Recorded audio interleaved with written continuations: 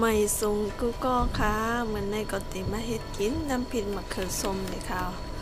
อันตั้งสุดก็บอกพังหวีแล้วก็ล้างแคมสิมาซอยซีไว้ค่ะ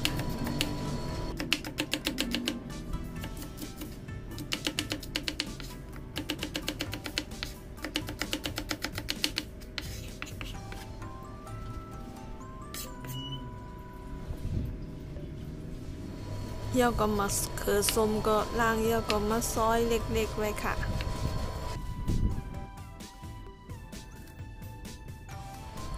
เย่าก็มาตำผักหมี่หอกับหมักพริกเลยค่ะ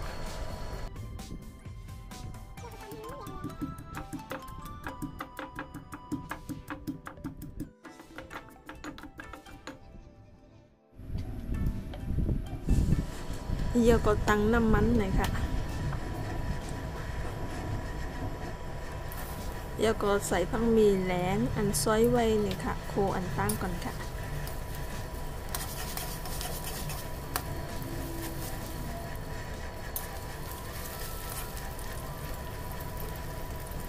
ใส่ผงมินอีกนึงค่ะใส่มะพริกอันตำไว้เนี่ยค่ะโคให้หอมเลยค่ะ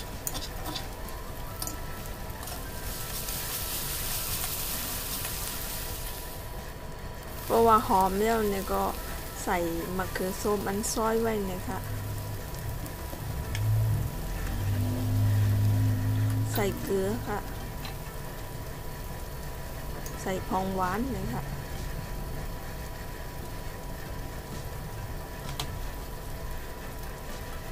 ใส่ผงถั่วเน่าเลยค่ะเนาะใส่น้ำอีกนึงค่ะแล้วก็ใส่น้ำนิดนึงค่ะ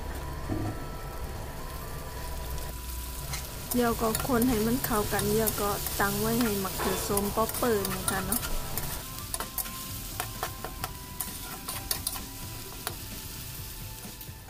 ในก็ซุกเดียวนะคะเนาะติ๊กไฟแล้วค่ะพอเกก็กดไลค์กดแชร์ปันกดซับสไครป์ปันอีกหนึ่งนะคะเนาะ